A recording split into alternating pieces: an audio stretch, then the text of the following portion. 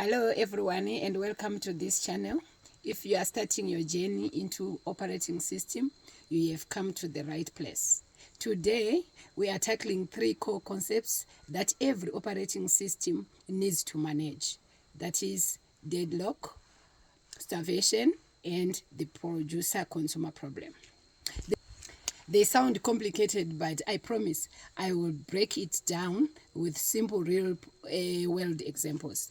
By the end of this 10 minutes tutorial, you will be an expert. Let's dive into what is a deadlock. A deadlock occurs when 2 or more processes cannot proceed because each is waiting for the other to release resources. As a result, none of the involved processes can continue execution. Imagine a circular waiting game that can never be resolved. Imagine a traffic jam where no car can move because they are all waiting for the other cars to go. In an operating system, a deadlock happens when 2 or more processes are stuck, forever waiting for a resource that another waiting process holds. They are stuck in a circular waiting game. For example, the single-lane bridge. Process 1 is a car going to the north, and process 2, the car going to the south. To cross, they each need exclusive access to the whole bridge. They both drive halfway. The other one drive the other halfway, the other one halfway. Now they are stuck.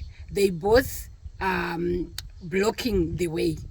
Car 1 is waiting for car 2 to give away for official deadlock. This is called deadlock. The operating system needs a traffic cop to solve this. What is starvation? Starvation occurs when a process is perpetually denied the resource it needs to execute, often due to resource allocation policy that favored other processes.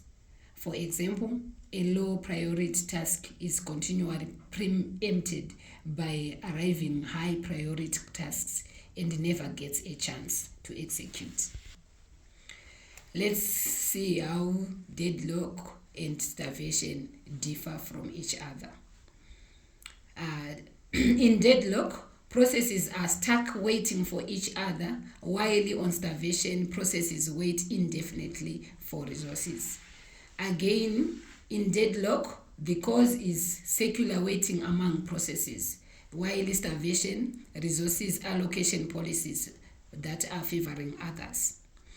Let's move on to deadlock again. In deadlock, resolution requires detection and recovery methods, while starvation can often be resolved by changing priorities or scheduling. In deadlock, process state it involves processes that are blocked, and while in starvation, 1 or more processes may be waiting while others execute.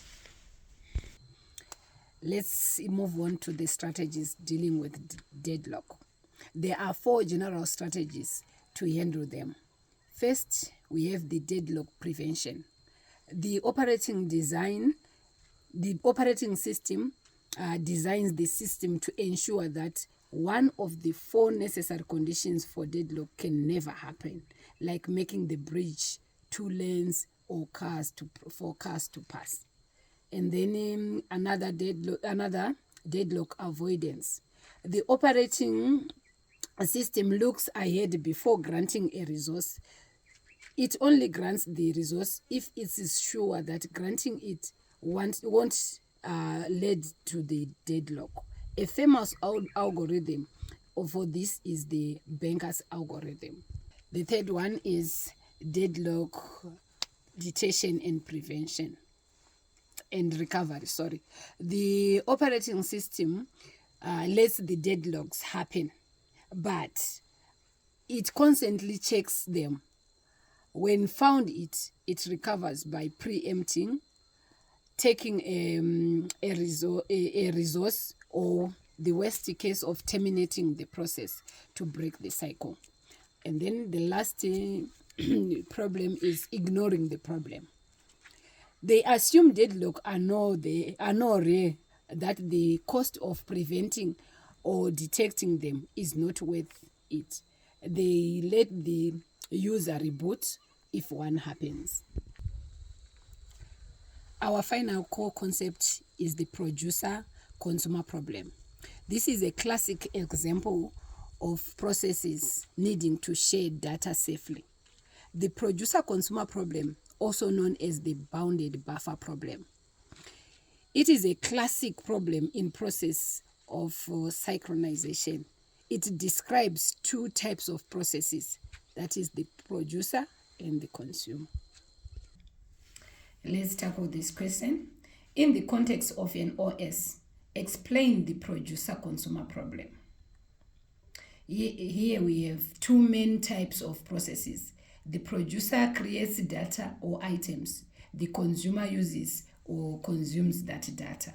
They communicate using a shared memory space called a buffer or a queue. The main challenge is making sure the producer does not try to add to a full buffer and the consumer does not try to take from an empty buffer. This coordination is typically achieved by synchronization tool like semaphore. Let's tackle this question again. Give an example of a producer-consumer problem occurrence. The example is, we are going to use a print job management in a printer. The printer serves multiple computers in an office where each computer represents a producer and a printer is the consumer. Producer. Each computer sends prints job documents to the printer. When a user sends a document to print, it is added to the printer's queue. Then the consumer. The printer process and print the document in order they are received, that is the FIFO. The problem occurrence, if multiple computers sends print jobs simultaneously, the printer may become overwhelmed, buffer overflow. If it cannot handle the incoming jobs quickly enough, this will lead to loss of data. Conversely, if the printer finishes and there are no new jobs coming in, it leads to error or indefinite waiting. The operating system has to communicate this to ensure you don't send a job to a queue that is already full. The printer does not try to print an empty queue. So there you have it. The operating system is the ultimate manager, ensuring the smooth flow resources while preventing traffic jams, race conditions, and starvation. If you find this helpful, hit that like button and make sure you share this with your classmates. Thank you.